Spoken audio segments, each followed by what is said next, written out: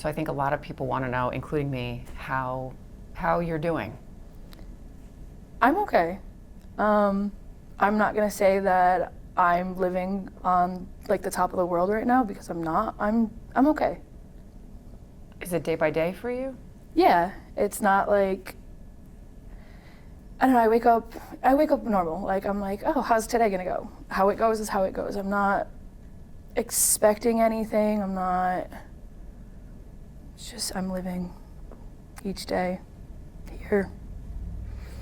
What are you into right now? What is your focus and what are you doing? Honestly, while I was sitting in the courtroom the other day, I had saw someone that I knew from a previous job. She's become a marshal. I think that's something I want to look into doing. A court marshal? Yeah. Wow. I know. What made you Different. feel that way when you were in there? If I'm being honest, the fact that just the fact that they were there and for like protecting the victims of whatever has happened and the inmates themselves, like whoever's there. I don't know, like watching Roger be brought up to the stand, and then when I went to go take the stand for my impact statement, just like watching them spring into action is exactly what I want to do. Like, she stood in between me and him, just like making sure there's no anything, like no contact, no, just a space. And I was like, that's what I want to do. Just seeing someone like that being protective of people like me. Wow. Take me back to Thursday, where you are getting ready to go to court, getting ready to speak before a judge. What was that like? Getting ready for court. All right. Well, Wednesday night I didn't sleep. Butterflies all in my stomach. Even walking into the courthouse, like palms are sweaty, like my stomach is turning. We're there half hour, 45 minutes before we go into the room, and I see him in the hallway. Immediately, like my stomach turned, started doing flips, and I look at the person I'm with and it's like, is that him? And they're like, yeah, that's him. And I even had to ask Nate, I was like, that's him, right? Because I didn't recognize him. He's grown his hair out.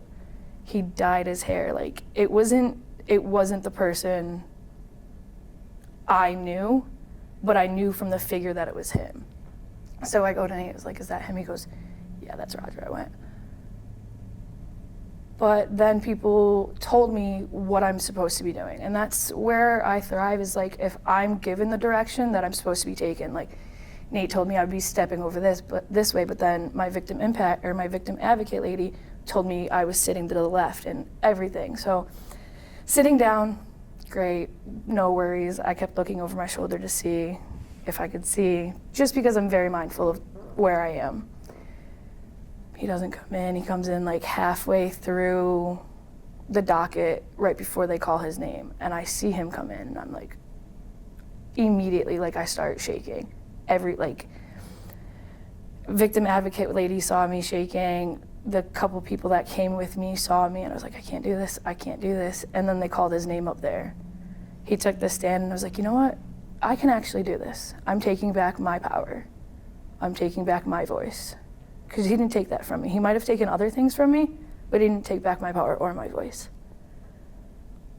So what felt like fear at first? Yes. Or that you can't? But then I overcame that, because no one else deserves to feel the way that I felt. And what was it like seeing him there in court, standing there, and then you're like, no, I'm gonna do this? Considering I faced him multiple times before, like even before court proceedings, I knew that I could do this, and I knew it was something I wanted to do. It was just about getting the initial courage to get up and take that step. What was his demeanor in court like? There was no demeanor. Like, he was just blank. He was worried about where his handcuffs went, because he can't put his hands behind his back. He needed his hands in front of him. He's worried about his CPAP machine for his sleep apnea and his meds. That was it. There was no, like, he didn't even seem to care what was going on, what was going to happen to his future. Take me to when you have to now give your victim impact statement. And what did you want to say to him and to the judge, to the court? There was a lot more that I wanted to say, more like anger and hate, but I knew that wasn't going to get me anywhere. I knew regardless of what I was going to say, it didn't matter to him. So I wanted the judge to know how I felt, that he took everything from me. He forced me to do things that no child should ever have to do. He forced me to become a mother at such a young age, but I wouldn't trade that right now for the world. What was sort of, just give me a little feel for what you said in your victim impact statement. It says, Your Honor, I never thought I'd have to stand in a courtroom and talk about something so painful, so private, and so hard to understand, especially at my age. I was just a girl. I trusted people. I laughed, played, went to school, and dreamed about the future. All that changed the day he took something from me that I can never get back. My sense of safety, my childhood, and my voice. What he did wasn't just wrong, it broke me. He didn't care that I was just a child. He didn't care how scared I was. He used his power to hurt me, and because of that, I now live every day with the memory of what he did. I wake up afraid. I question everything and everyone, and no matter how many times I try to forget, I can't. And then, when I found out I was pregnant, still just a child myself, my whole world shattered again. I was forced to grow up in a moment, facing things no child should ever have to face. I wasn't ready to be a mother. I still was just trying to be a kid. People look at me now and don't always see the pain, but I feel it. Every single day, it's in the way I walk through the world, cautious and guarded. It's in the way I struggle to sleep at night, and it's in the way I fight every day to believe that I can still have a life that isn't defined by what he did to me. What hurts the most is knowing that he chose to do this. He chose to ignore the fact that I was a child. He chose to leave me with pain, fear, and responsibility I didn't deserve. But I also want to say this, he didn't take everything from me. I still have hopes and dreams, and I'm learning slowly to be strong again, to speak up, to believe that my voice matters, and it does. I ask you to please remember me not just as a victim, but as a child whose life was forever changed by someone else's cruelty. He can't hurt anyone else the way he hurt me. I ask you to please remember me not just as a victim, but as a child whose life was forever changed by someone else's cruelty. Please hold him accountable. Please make sure he can't hurt anyone else the way he hurt me, especially because no other little girl should have gone through what I went through. Thank you for listening to my voice. Wow. And what was that like when you were done sharing that? What did you feel? A sense of relief, but like there was still some things left unsaid. When you heard the sentence officially given, what was that moment like for you? I knew what to expect because they had already told me what his plea was and what he was facing, but it didn't feel like it was what he deserved. He deserves more than what he got. That's just me. Like, he put me through 20 years of abuse. I think he should get double that. So you don't feel like justice was necessarily served?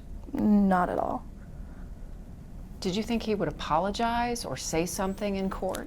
I was hoping he would apologize even if he didn't mean it. Just an I'm sorry.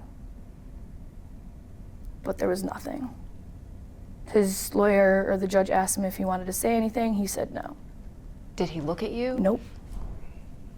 During your impact statement? Nope. No. And that didn't surprise you? Of course not. That's just who he is as a person. He never thought that this was going to catch up to him. You talk a lot about the strength in your voice, finding your voice. What do you want people to know through all of this? If there's something that you can share with people who are watching this, what do you want people to know? about finding your voice and having strength through extraordinary circumstances? Don't be afraid. Say what the hell is happening. Like, if there's something going on, speak up and don't be afraid. Don't let someone else's choices impact your future forever. Because you could change something. Like I did. I took back control of my life. Yeah, it might have been 17 years later, but I'm still here doing it. And that's because I deserve more than what I got. And so does everyone else. Everyone else deserves a little more than what they have going on in their life. And what do you want for your future? I just want to be happy. I just want to have a sense of safety and be able to breathe without worrying or looking over my shoulder. And right now, I don't have to do that, but it's still not enough. Like, his wife's case is still out there, and that's still something that I have going on. And then I also have the DCF proceedings, and that's also a huge thing. So it's like, I don't think I'm ever going to be able to breathe a normal sense of breath for a while. And that's okay, because things do take time. It doesn't happen overnight. So I'm here for it. We'll see what happens in the future. What are you hoping with Darlene's case? She'll be sentenced in January. For that one, it's not, she should be held accountable for her knowledge and things, but it's not weighing on me as much as his case has. Like, she had a duty to protect children, and she failed, but at the same time, she wasn't the one physically hurting children. And that's where I'm at. Like, she gets what she gets. She has what she's got coming. 2 years in jail or no time served. All depends. And now if there's no time served, then yeah, that's a slap in the face for me, because she went all these years knowing and did nothing. But where do you find your support right now through all of these proceedings and big moments? I mean, this was a full circle moment last week for you. I have my daughter, who's definitely someone even if she doesn't like want to be too much involved, I still go to her for everything. Like, I'm like, so this happened today, and she's like, okay, so how do you feel about it? Or like, if I need someone to talk to, I have Nate, or I have a couple of people that I trust with my life. It's just I don't go out and share my life with everyone, because there's not many people I can't trust, but I have a few. Do you hope that while Roger's in prison, and prison is where things are real, right?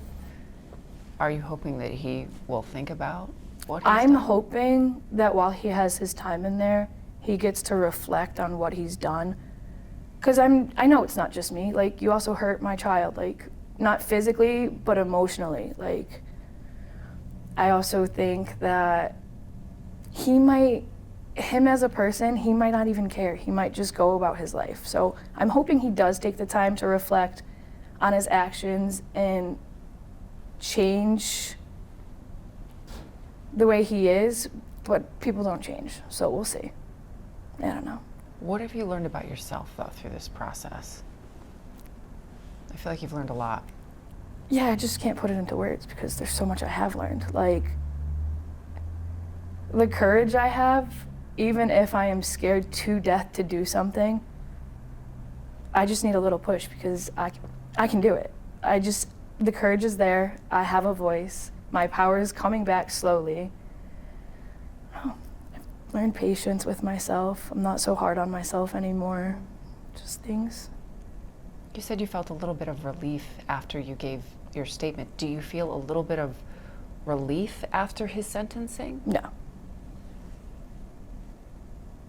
Not at all? Mm-mm. Why is that? Because, yeah, he's in prison, but he's still living his life. And that's something that I had to put on hold. I had to put my own life on hold. And that's not fair.